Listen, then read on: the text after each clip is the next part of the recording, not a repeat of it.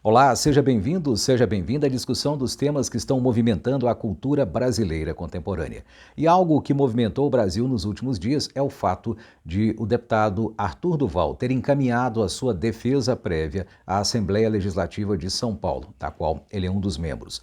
O deputado está sofrendo 21 pedidos de cassação do seu mandato legislativo. Eles foram apresentados por partidos e diversas entidades, em razão de condutas que ele adotou recentemente e que foram muito comentadas. Como você deve se lembrar, Arthur Duval, que é conhecido nas redes sociais como Mamãe Falei, é aquele deputado brasileiro que foi até a Europa, foi até a Ucrânia, supostamente para demonstrar a necessidade de que o Brasil apoie, que o governo brasileiro apoie as ucranianas e os ucranianos que estão sendo vítimas de ataque e de invasão dos russos. De lá, como sabemos, o deputado enviou alguns áudios para amigos, e esses áudios em grupos de WhatsApp contêm várias afirmações. Afirmações como, por exemplo, de que as ucranianas são mulheres que o deputado considera muito bonitas e que elas são fáceis, porque são pobres. Ou seja, são mulheres presas fáceis dos predadores sexuais que quiserem atacá-las porque estão em situação de vulnerabilidade e são pobres.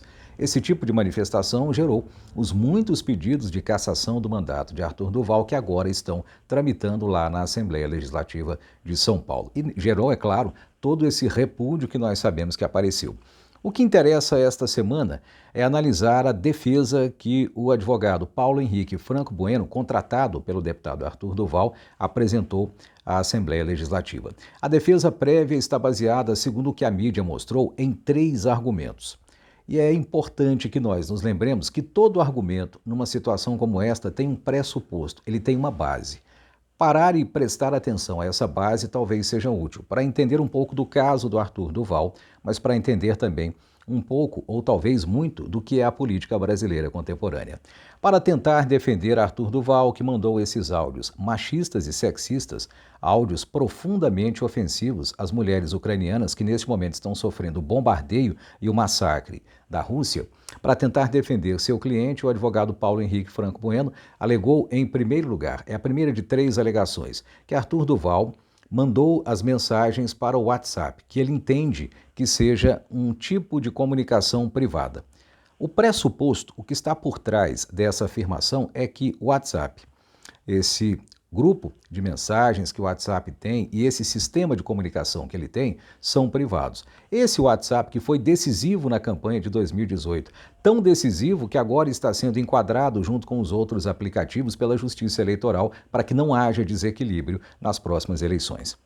Esse WhatsApp, que hoje está presente em todos os lugares, sobretudo com grupos nos quais podem estar dezenas e até centenas de pessoas, esse WhatsApp, o advogado de Arthur Duval está tentando nos convencer de que é um tipo de comunicação privada. Ou seja, é como se eu pudesse dizer ofensas, barbaridades sexistas e machistas, como estas que Arthur Duval disse, num grupo de WhatsApp, porque afinal de contas aquilo não é público.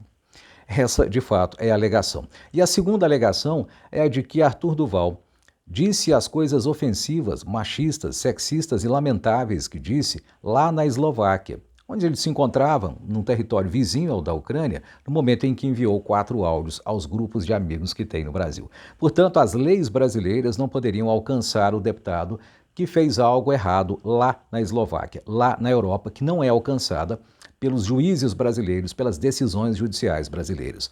O pressuposto dessa alegação é o de que um deputado brasileiro, de que um parlamentar brasileiro eleito no Brasil pode, quando está fora do Brasil, ser machista, sexista, ofensivo e literalmente jogar na lama aquilo que é a ética e o decoro que um parlamentar precisa ter. Se ele estiver fora do Brasil, segundo a defesa, nada se pode fazer com ele em termos de cassação de mandato.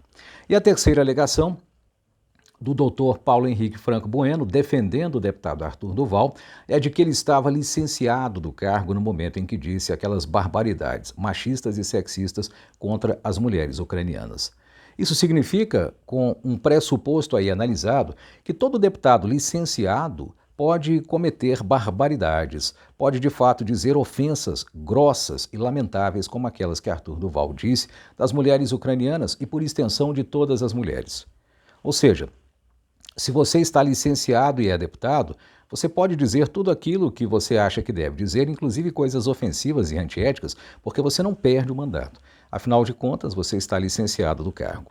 Portanto, se nós juntarmos tudo o que disse a defesa prévia do deputado Arthur Duval, vamos entender que o pensamento da defesa do deputado Arthur Duval, que por certo é o pensamento que ele também tem, é o de que deputados precisam ter ética.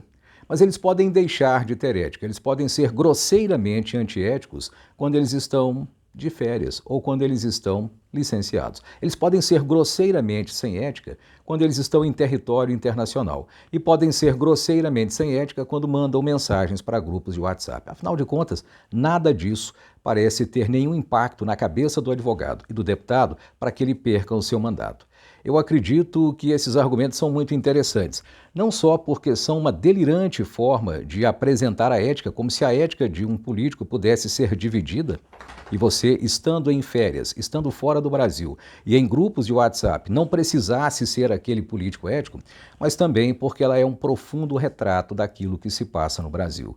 Os argumentos que estão sendo usados para tentar segurar o mandato de Arthur Duval são argumentos que têm sido usados em outras ocasiões. É preciso prestar atenção a esse tipo de argumento, porque é esse tipo de argumento que está ajudando a afundar, do ponto de vista ético, a política brasileira.